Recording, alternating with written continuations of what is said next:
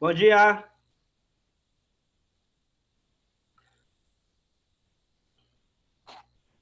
Bom dia. Vou colocar uma música. Clécio. Oi. Vou colocar uma música. Cadê, gente? Cadê o negócio? Quem tá conversando? Aqui.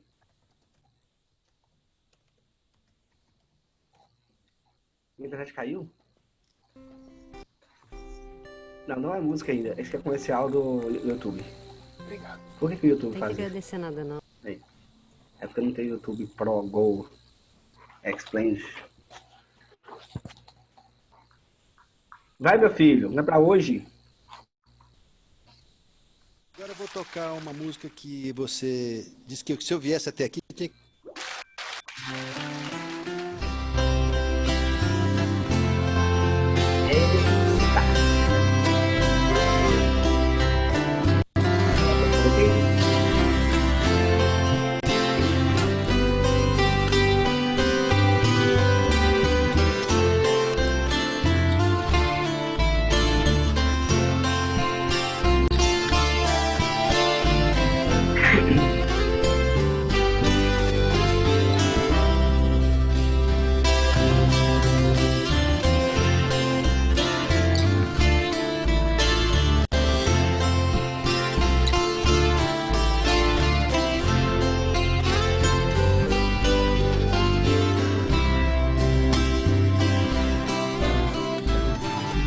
Ando devagar, porque já tive pressa e levo este sorriso, porque já chorei demais.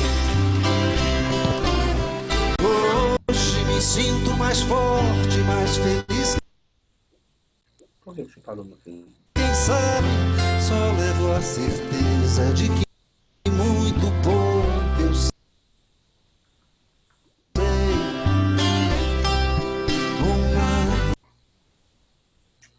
Ah, ficou chato.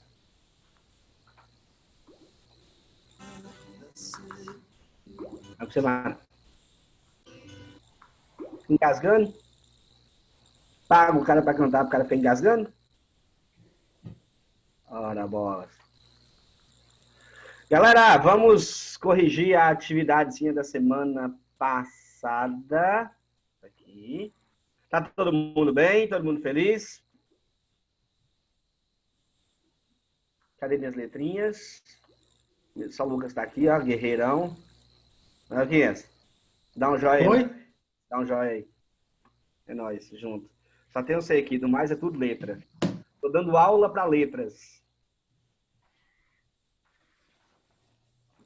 Vamos lá.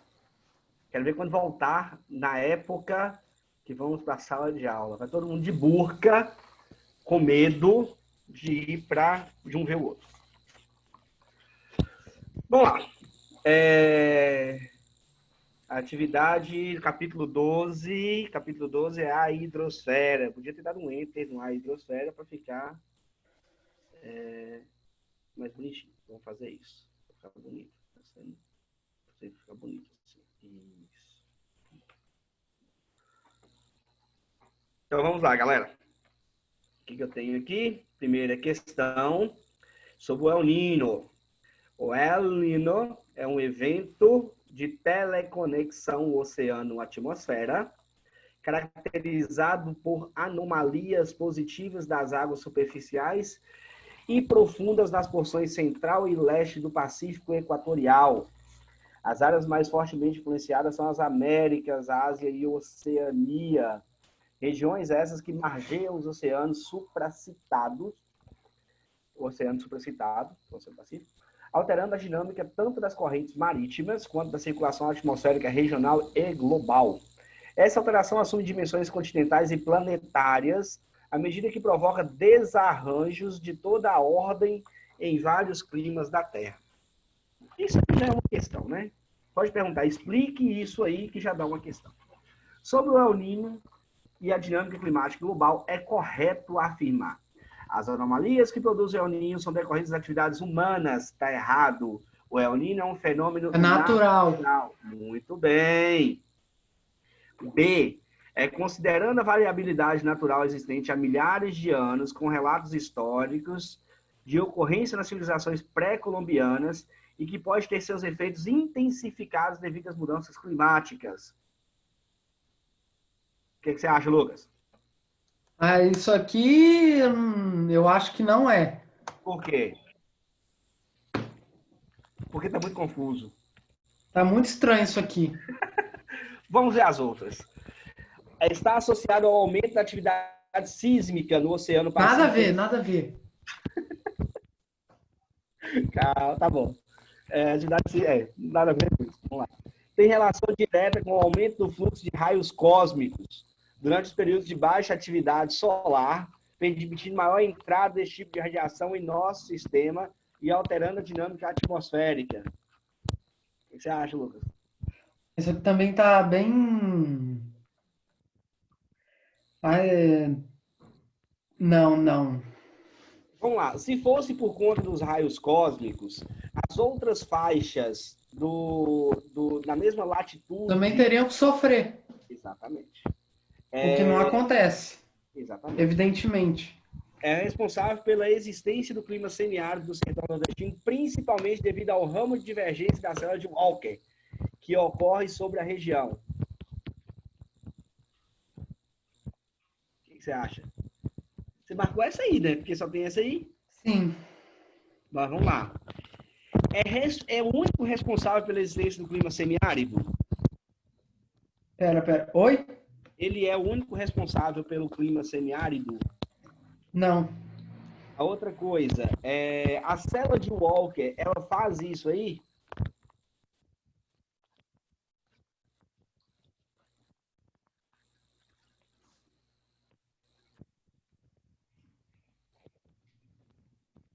A selva de Walker, ela provoca chuva no norte, ela vai trazer chuva em situações normais. Quando eu tenho um fenômeno de El Niño, essa selva vai se deslocar para o meio do oceano e vai provocar chuvas intensas no meio do oceano. Mas a questão para você responder isso aí é o seguinte: isso aí não é o que cria o clima semiárido no sertão nordestino.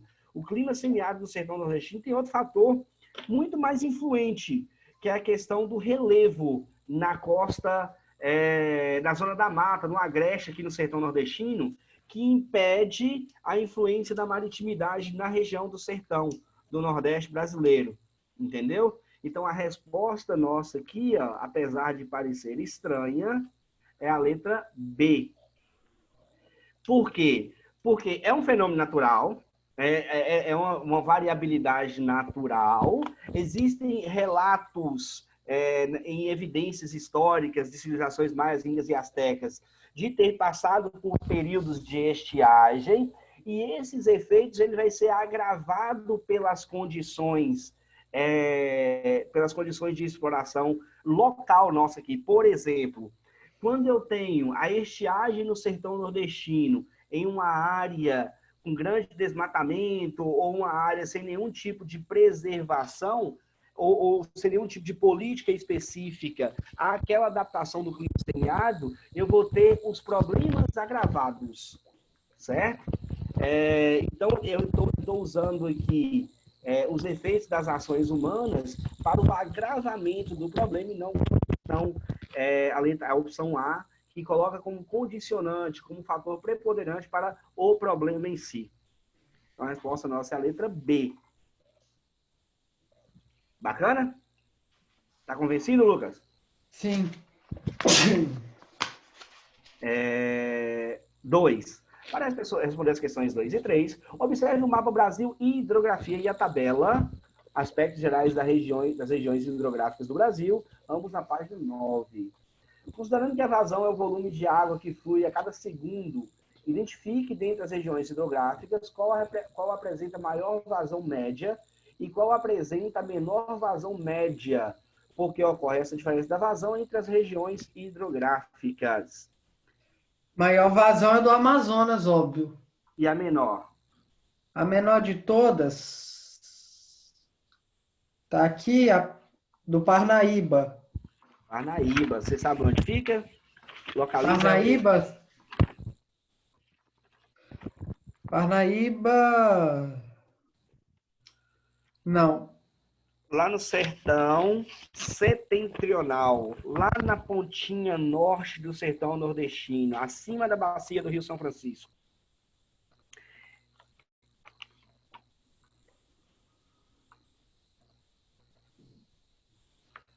Achou? A marronzinha. Então, aqui pega o Piauí.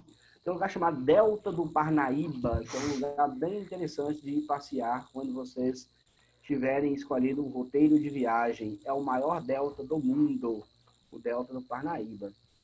Então, eu tenho aí a minha maior vazão média região amazônica. Ah, tá. E por que essa diferença ocorre, Lucas? Por que a Amazonas é maior e a do Parnaíba vai ser menor?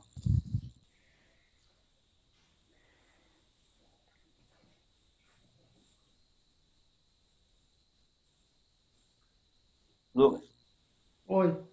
por que a da Amazonas é maior vazão e a do Parnaíba é menor?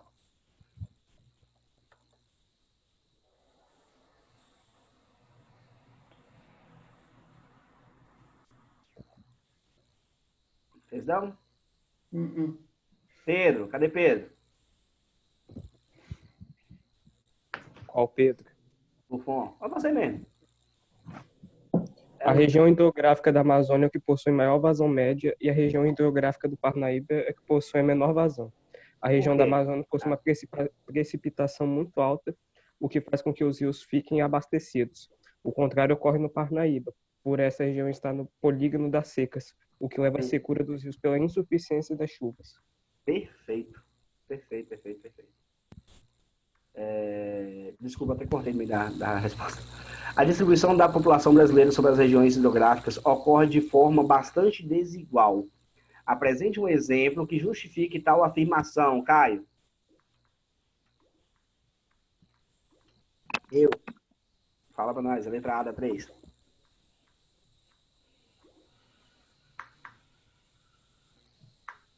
Distribuição da população brasileira.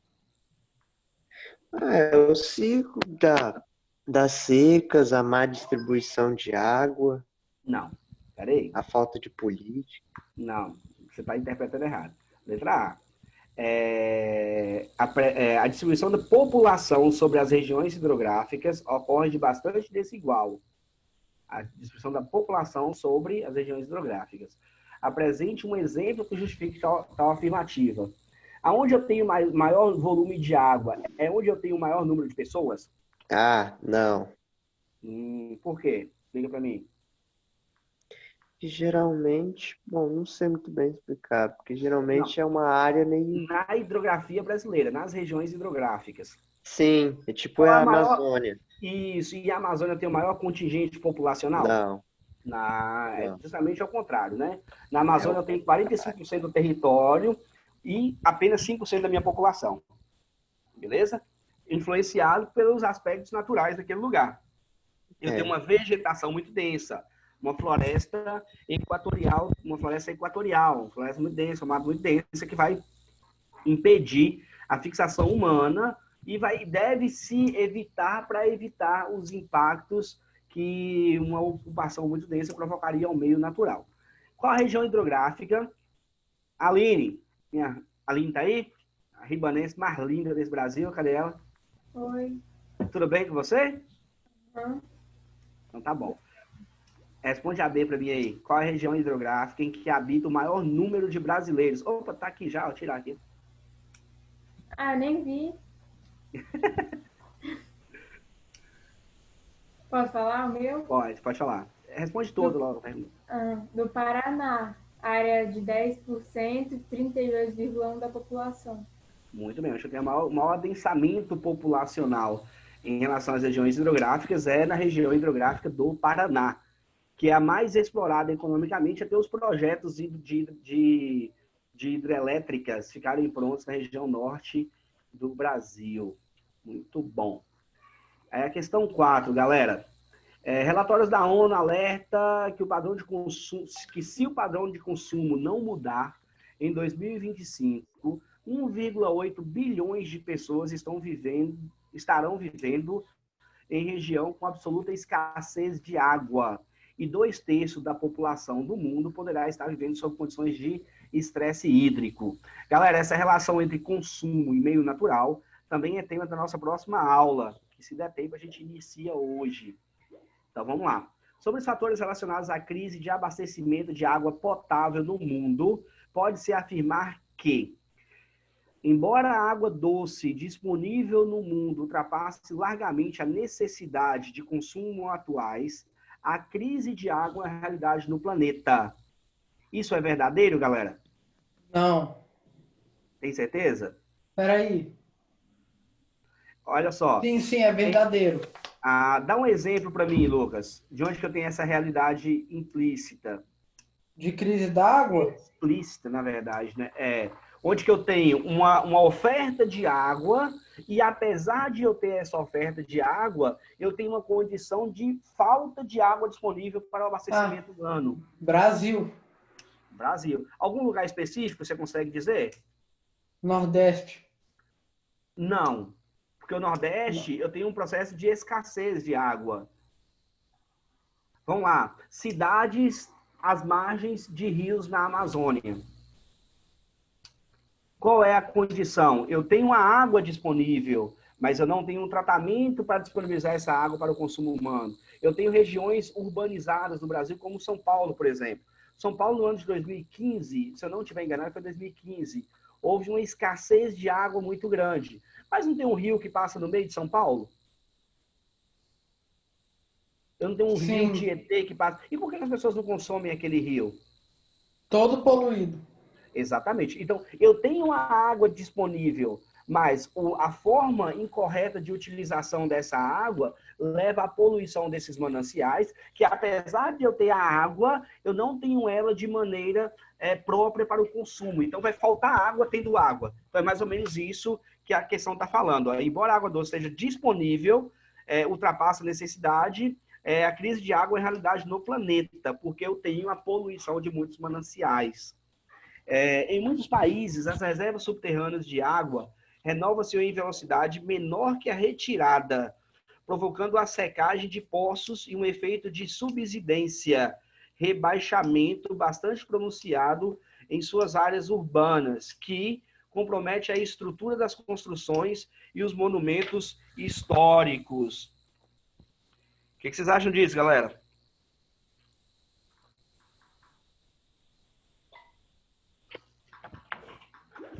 Isso é verdade ou não? O termo, a partir do ponto aqui sobre a subsidência, está falando mais de uma terminologia geológica, que também é verdadeira, e quanto às reservas subterrâneas, também é verdadeira. Um exemplo de que isso está acontecendo é na região norte de Minas Gerais, onde eu tenho um processo de reabastecimento dos meus lençóis freáticos muito lento e um processo de retirada muito intenso da água. Lá eu tenho muitos poços artesianos secando e trazendo um problema socioeconômico, né? Porque eu tinha muitas lavouras irrigadas ali que precisaram ser abandonadas por falta de água. Eita fé. Passei errado aqui. A construção de barragens em rios compartilhados por diferentes países viabiliza um projeto de irrigação e viabilizando o projeto de irrigação e beneficiando as atividades agrícolas, tem contribuído para a redução do estresse hídrico entre esses países. Isso está acontecendo, galera? Não. Não, pelo contrário. Não. Eu tenho Está causando problemas... conflitos. Exatamente. Eu tenho conflitos entre países devido a essas barragens. 4. O aquífero Guarani é uma importante reserva estratégica de recursos hídricos para o centro-sul do Brasil. Está certinho. A qual ainda não está sendo explorada. Está errado. Eu tenho muitas cidades que são abastecidas com a água do aquífero Guarani na região centro-sul do Brasil. Entre os diversos usos da água, o uso industrial é o que apresenta as maiores taxas de desperdício em termos globais. Tá certo isso? Tá certo? Não. Qual é que apresenta maior desperdício? Agricultura. A agricultura. Só que a agricultura com uma ressalva. Por que a agricultura desperdiça mais? Como que é feito essa conta? É feito baseado no volume de água captado e o aproveitamento dessa água na utilização em si, né? Na utilização que tinha como objetivo a captação. Então, na agricultura isso vai acontecer muito. Você capta 100 litros de água e só aproveita 50 litros para molhar a planta. Ou só precisa de 50 litros e desperdiça a outra metade. Só que no caso da agricultura, quando não existe um processo de contaminação, essa água é devolvida para o ciclo hidrológico. Então, é importante vocês entenderem que, sim, a agricultura é a que mais desperdiça a água, mas existe essa ressalva por aqueles que defendem a utilização da água na agricultura, né?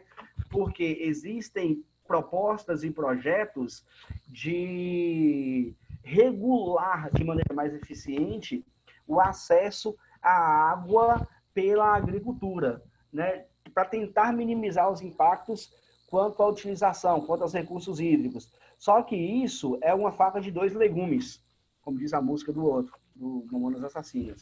Porque se você cria medidas políticas que impactam na produção agrícola, você vai criar um problema socioeconômico, que é a elevação do preço dos alimentos que a sociedade vai consumir. Então, é preciso dar criar uma ideia global sobre o problema.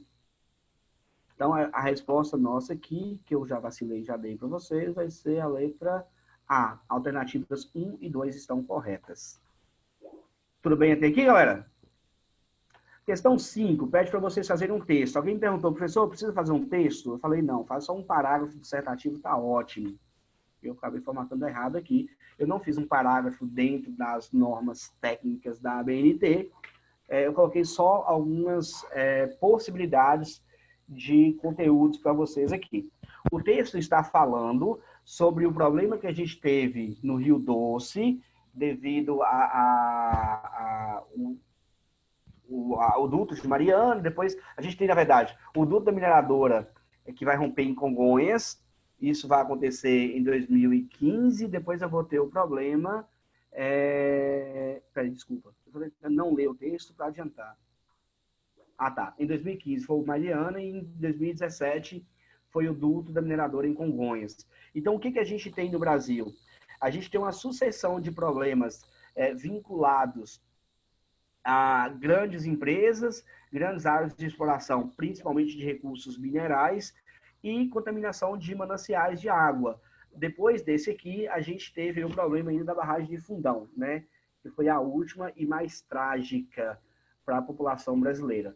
Então, vai pedir para vocês escreverem um texto argumentativo sobre os impactos socioambientais decorrentes desses episódios e as possíveis causas da reincidência desses desastres ambientais. Então, o que eu coloquei? Como impacto socioambiental, vocês podem falar sobre o impacto direto ao meio produtivo de comunidades locais, que vão viver, sobretudo, de atividade extrativista. Por exemplo, a galera que pesca no Rio Doce, por exemplo, vai ser impactada de maneira direta. A galera que capta água para irrigação também vai ser impactado de maneira direta. No caso de Mariana, houve perdas humanas, perda de vidas humanas, além de perdas materiais. E eu esqueci de colocar aqui, as perdas materiais, galera, implica, além da materialidade em si, existe uma perda de um patrimônio cultural, né? A Vila de Mariana, a Vila em Mariana, por exemplo, ela foi destruída. Então, existe todo um processo de construção de memória sobre a vivência daquele grupo social ali. Então, a perda vai mais além da questão material apenas. Você tem uma destruição de um patrimônio imaterial, que é a memória construída por aqueles grupos, que podem ser citados também.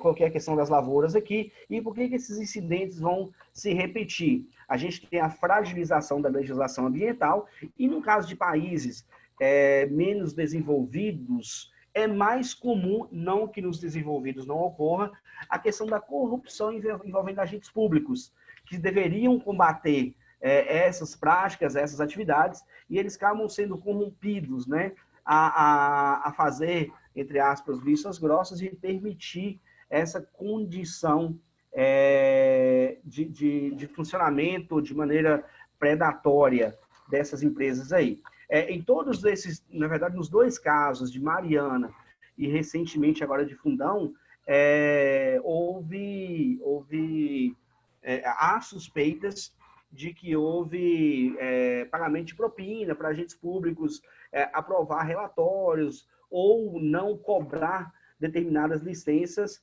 para que aquelas barragens continuassem funcionando. Além disso, a gente tem a questão da fragilização da legislação ambiental, que é comum em países que tendem a atrair grandes empresas para os territórios, né, menos desenvolvidos. Eu tenho, por exemplo, a ideia da descentralização industrial, a ideia da guerra fiscal a partir da década de 70, 80, onde que países como o Brasil, como a China, como a Índia, começam a atrair multinacionais para cá, e uma das formas de atrair é diminuindo as exigências ambientais para baratear o custo de produção, o que vai acarretar, obviamente, em problemas sociais, ambientais e etc. Tranquilo? Vocês têm alguma dúvida sobre esse conteúdo, sobre essa parte, sobre isso aí, galera? Não. Muito bom. Que hora que é agora? Agora é 9h26. Então dá para a gente começar, pelo menos, falar sobre a próxima aula nossa aí. Cadê? Debate ecopolítico. Pessoal, nós vamos passar para a próxima aula, nosso capítulo 13. Ah, tá. As atividades propostas, preparatórias para o Enem aí, vocês têm as respostas dos gabaritos, não tem? Não. Tem não. Você jura que vocês não têm? Juro. Do que a gente não tem não. Caramba, eu vou mandar para vocês então. Vocês fizeram lá no SAS? Ah, do SAS eu fiz. Pois é, mas lá não aparece não? Você acertou, você errou, não? Ah, isso aparece. Depois que você faz. Ah, tá. Ah, tá. Então tá tudo certo, então. Galera, o que eu tô fazendo? Pra gente não ficar corrigindo esse monte de questões, penso ser um pouco enfadonho, se vocês tiverem alguma dúvida dessas questões lá do SAS e quiserem me perguntar, ou me manda no WhatsApp que eu trago para a próxima aula, ou, sei lá, dá um jeito de me falar para a gente trabalhar, porque senão eu vou achar que tá tudo certo e vocês estão arrasando. Beleza? Então vamos lá. Tá compartilhando aí, capítulo 13? Tá compartilhando. Muito bem. Debate ecopolítico, impasses e alternativas. Muito bem. O objetivo do capítulo para vocês, eu vou colocar isso para a gente conseguir focar nas ideias, no que a gente tem que aprender, tá? Situar historicamente o advento, desculpa, galera, e a evolução do ambientalismo, analisar a contextualização e contextualizar as transformações do pensamento ecopolítico, ecomalthusiano e desenvolvimento sustentável. Vocês já ouviram essa palavra, ecomalthusiano? Eu acho que não. Ecomalthusiano. E malthusiano, já ouviu? Malthusiano é o que? A montanha? Não. Malthusiano é de Malthus. Ah, não. É São cálculos. Robert Malthus. Conhecer os desafios de conciliar os interesses de modo de produção capitalista com as perspectivas de sustentabilidade ambiental. Muito bem. Então, no livro de vocês, galera, a gente vai começar com o advento do ambientalismo moderno. E a partir de quando que passa isso? A partir de quando que a gente tem isso no mundo? Vamos lá. O mundo ele vem se desenvolvendo, bonito, igual nós, de maneira acelerada e acelerando desde as grandes navegações. Depois das grandes navegações, qual o grande evento que eu tenho no mundo assim que vai impactar o mundo e vai mudar o mundo para sempre? Primeira Guerra Mundial. Antes. É o neoimperialismo? Antes. Antes. Letrinhas, meus amores, vocês podem responder também, tá? Descoberto das Américas, do Brasil. Não, aí é grandes navegações. Antes das grandes navegações? Depois, tipo assim, olha só, a descoberta foi nas grandes navegações. O que eu tenho no mundo que vai mudar o meu mundo assim muito radicalmente depois das grandes navegações? Revolução Francesa, Revolução Industrial. Industrial, Pedro. Revolução Industrial. Beleza. A Revolução Industrial vai moldar o mundo, ela vai mudar os aspectos de vivência, ela vai mudar a estrutura demográfica do mundo, desde as taxas de natalidade e mortalidade, quanto à localização dessas pessoas. As pessoas vão deixar de morar nas zonas rurais, vão passar a morar nas áreas urbanas. Eu vou ter toda uma mudança nos hábitos de vida, certo? Beleza. Dentro dessas ideias desenvolvimentistas, dentro desses pensamentos de desenvolvimento, eu vou criar países mais desenvolvidos e países menos desenvolvidos. Beleza? Vai surgir para mim aí, por volta do século XIX, a ideia do determinismo geográfico. O que é o determinismo geográfico? É quando uma galerinha lá, da escola de geografia alemã, vai entender o seguinte: o desenvolvimento do ser humano, de uma população, de uma nação, ele está diretamente relacionado com a quantidade de recursos disponíveis que essa população tem. Por exemplo, durante a Revolução Industrial, quais países que mais vão se desenvolver? Aqueles que têm carvão mineral. Por quê? Porque o país só vai se desenvolver se ele tiver condições naturais para isso, se ele tiver recursos naturais para isso. Então, todas essas ideias vai se fundamentar, vai se concretizar quando você analisa quais países se revolucionaram primeiro, quais países se desenvolveram primeiro. Muito bem. Quando eu tenho, na década de 60, o fim da Segunda Guerra Mundial, eu vou ter a bipolarização do mundo, e é a partir do fim da Segunda Guerra Mundial, desculpa, eu falei década de 60, mas pensa no fim da Segunda Guerra Mundial, 1945. Eu tenho dois mundos diferentes, né? Eu tenho o capitalismo e o socialismo. No mundo capitalista, principalmente, eu começo a ter grandes preocupações com o resto do mundo. Olha que mundo capitalista bom, né, mano? Você está preocupado com todo mundo. Eu começo a ter, a partir da Segunda Guerra Mundial, a primeira vez na história que alguém vai se preocupar em áreas mais desenvolvidas e menos desenvolvidas do mundo. Ninguém nunca se preocupou com isso. Foram lá na África, fizeram imperialismo, dividiram as terras, fizeram fronteiras artificiais, explorou o Brasil até não poder mais, explorou a Índia, explorou a China, explorou todo mundo. Fim da Segunda Guerra Mundial, vamos dar uma olhada nesse mundo aqui e vamos ver como que isso aqui está. Dentro da perspectiva de desenvolvimento, foram criando ideias e teorias para países desenvolvidos e países menos desenvolvidos. Foram conceituando, né? Foram criando conceitos. Entre esses conceitos foram surgindo o que se chama de teorias demográficas. Demográfica, estudo da população. Aí as pessoas, uns camaradas chamados de neomalthusianos, começou a olhar e falar assim: hein, cara, lembra o que Malthus falava? Malthus é um cara chamado Thomas Robert Malthus.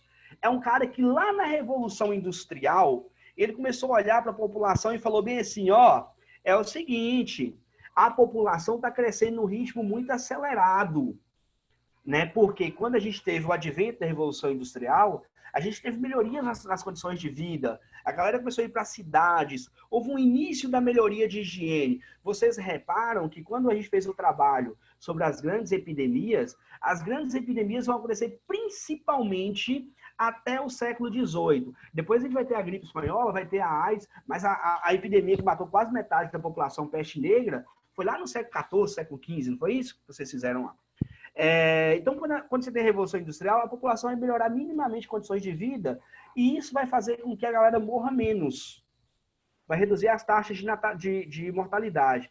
E os meninos continuam, a galera continua tendo filho.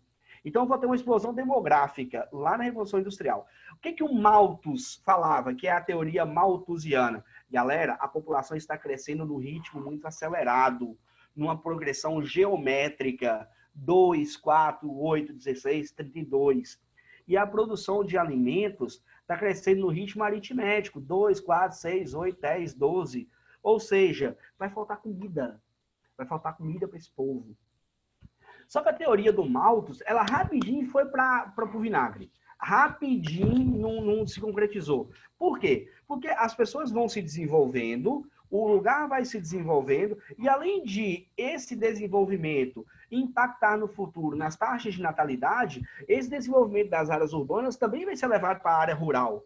Então, aquela produção de alimentos no ritmo aritmético, ele deixa de seguir essa linha de raciocínio e começa também a crescer de maneira exponencial, a partir do momento que você leva técnicas agrícolas mais modernas para o campo. Então, a teoria do Malthus foi enterrada a partir daí. Só que agora, depois da Segunda Guerra Mundial, uma galera fala assim, hein, lembra que Malthus falava sobre desenvolvimento e população, sobre a galera morrer de fome porque não tem alimentos? Nós descobrimos uma coisa. Nós descobrimos que o contingente populacional, que a quantidade de pessoas no país, relaciona-se com o desenvolvimento econômico desse lugar, né? Países que têm mais pessoas se desenvolvem menos. Por que países que têm mais pessoas se desenvolvem menos? Porque os governos, o Estado, ele tem que gastar mais dinheiro com essas pessoas. Né? Então, não vai ter dinheiro para investir em obras, investir em infraestrutura, investir em desenvolvimento tecnológico. Tem que alimentar essa galera da creche, da escola, isso é prejuízo. Né? Dentro dessas ideias, um monte de cientistas formou um clube chamado Clube de Roma e fez um monte de relatórios relacionando os aspectos populacionais dos países e os impactos que essa população causa ao meio natural. Beleza? Então, a gente teve uma junção das ideias neomalthusianas, que é um novo pensamento relacionado às ideias do Malthus, associando com as ideias naturais, com as ideias de recursos naturais.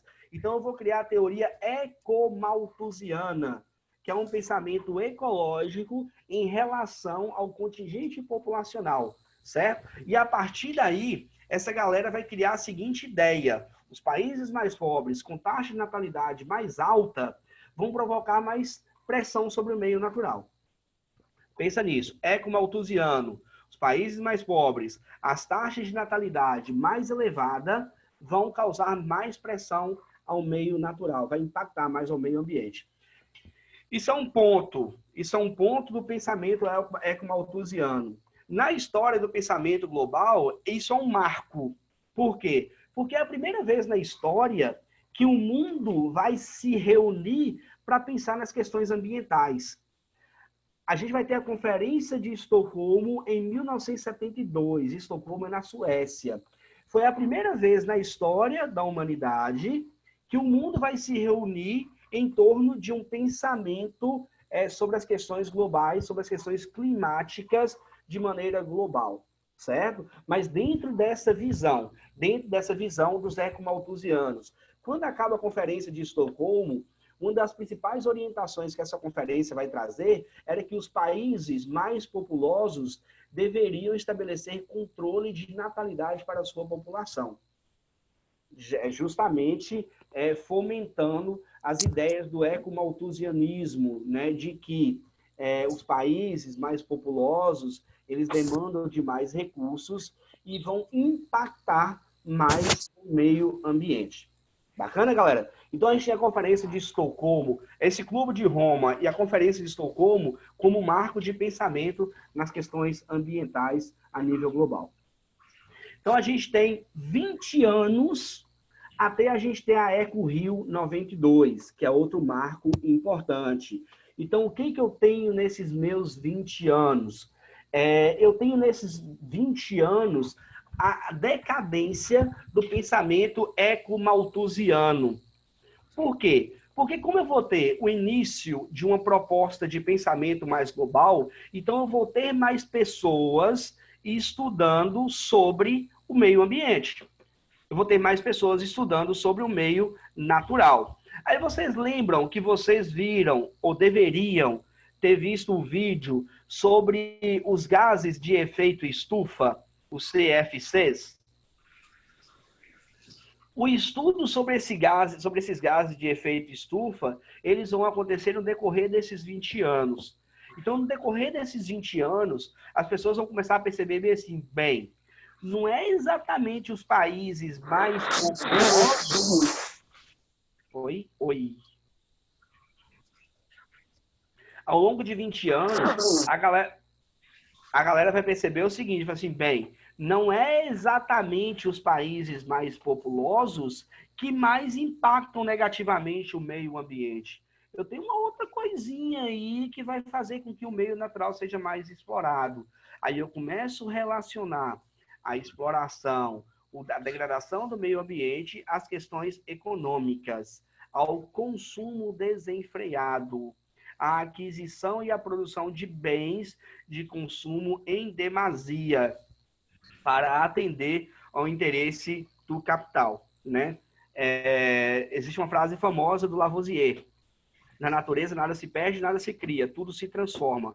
Para você criar qualquer coisa, você precisa de um outro produto para criar esta coisa.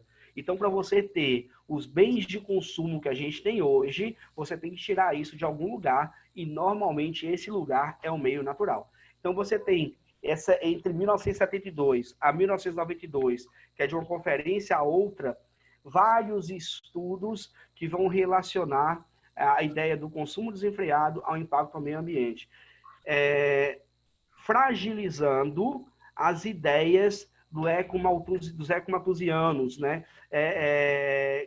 Trazendo contradições a essas ideias de que as grandes populações, os países mais populosos que impactam ao meio ambiente. Aí a gente vai ter a concepção já formada na Eco Rio 92. Por exemplo, você tem os países mais desenvolvidos do mundo, e grande parte deles se concentra na Europa, que é onde eu tenho as menores taxas de natalidade do mundo e é onde eu tenho grandes impactos a níveis global. Então, o impacto não está relacionado necessariamente à população, e sim às minhas formas produtivas.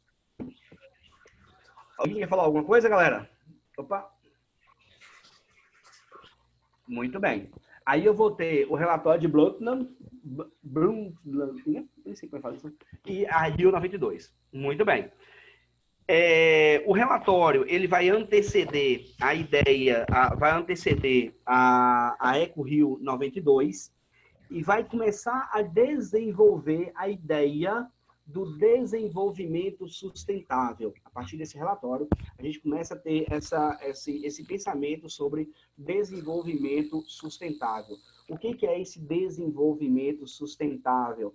É a ideia de você estabelecer parâmetros produtivos que se adequem ao meio natural, sem ser tão predatório, né? Tentar causar o mínimo de impactos possíveis ao meio natural. Então, você conciliar a produção, o meio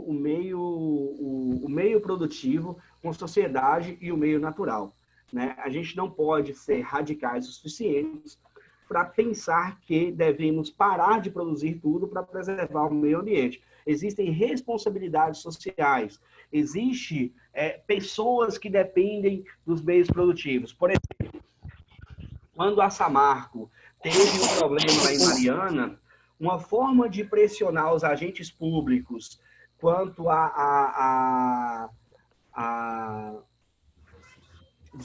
forma de a Samarco pressionar os agentes públicos quanto às multas e quanto às penalidades, foi fechar, por exemplo, uma unidade que eles tinham aqui no Espírito Santo de produção. Eles destruíram a economia de uma cidade. Por quê? Porque as pessoas vão se organizar em torno dos meios produtivos. Se eu tenho uma fábrica que emprega 1.000 pessoas numa cidade de 10, 15 mil pessoas, a cidade inteira vai depender daquela fábrica economicamente. Então, eu não posso falar assim, essa fábrica está poluindo meu rio, fecha essa fábrica. Eu tenho uma responsabilidade social, existe uma relação econômica social, existe um desenvolvimento econômico social que eu tenho que pensar nisso. Então, eu tenho no relatório de Brundtland esse início de ideia de pensamento de desenvolvimento sustentável. A Eco Rio 92 é outro marco, agora já não mais porque eu tenho o início do pensamento, porque esse início do pensamento foi em Estocolmo, mas porque eu tenho uma sociedade mais ativa. Eu tenho uma sociedade com um pensamento também em relação às questões ambientais. Eu vou ter na Eco Rio 92 o surgimento e o fortalecimento de muitas ONGs, que são organizações não governamentais, de cunho social, que vai também contribuir para ações com relação ao meio natural. A partir da Eco Rio 92, eu vou ter as discussões que vão criar a Agenda 21, a Carta da Terra e o Protocolo de Quioto, que vamos falar na próxima aula. E eu tinha uma proposta de atividade, galera, para a gente fazer na outra aula, né? Eu acho que não vai dar para a gente fazer na próxima, mas dá para fazer na terceira aula. A gente está usando mais ou menos 3 aulas por capítulo. Eu acho que está no ritmo legal. A minha proposta era fazer um debate com vocês. A gente dividir a sala em 2 grandes grupos e debatermos sobre as questões ambientais / questões econômicas, relação entre economia e meio ambiente. O que vocês acham? Letrinhas. Laila está presente. Muito bem. Se ninguém manifestou, todo mundo concordou. Beijos, até a próxima. Não, debate não. Ninguém manifestou, todo mundo concordou. Que é igual a Eu manifesto. Tem um voto. Vocês vão se organizar, nós vamos nos organizar, vamos fazer essas salas simultâneas aqui, se organizam. Alguém tá falando? Aí eu tô falando. Quem? Debate não, Cleiton, por favor. Ué, você só fala, quem é que tá falando aqui? Eu não vi, não. É o Murilo. Ah, Murilo. Debate não, por favor. Vocês preferem... Não, eu ia falar outra coisa, ia ser pior. Aí ia ser pior pra mim. Você tem 2 escolhas, ser autoritário e negar todas as escolhas da turma. Ou convencê-los, eu prefiro convencer vocês e que fazer o debate é uma coisa legal. Você é autoritário. Galera, não vai ser na próxima aula, seria na outra aula que eu tenho que continuar o conteúdo ainda. Leia o conteúdo, marquem se tiver dúvidas. Qualquer coisa, vocês podem me mandar mensagens para a gente debater na próxima aula. Vamos criar um ambiente de interação. Eu estou sentindo muita falta da interação de vocês. Não necessariamente da câmera ligada, mas da interação na aula. Né? A gente precisa produzir o conhecimento através da interação, acho que é legal. Tá bom? Do mais, beijos, fiquem com Deus e até a próxima aula. Valeu, Caio. Tchau, galerinha. Beijos. Falou, professor. Valeu.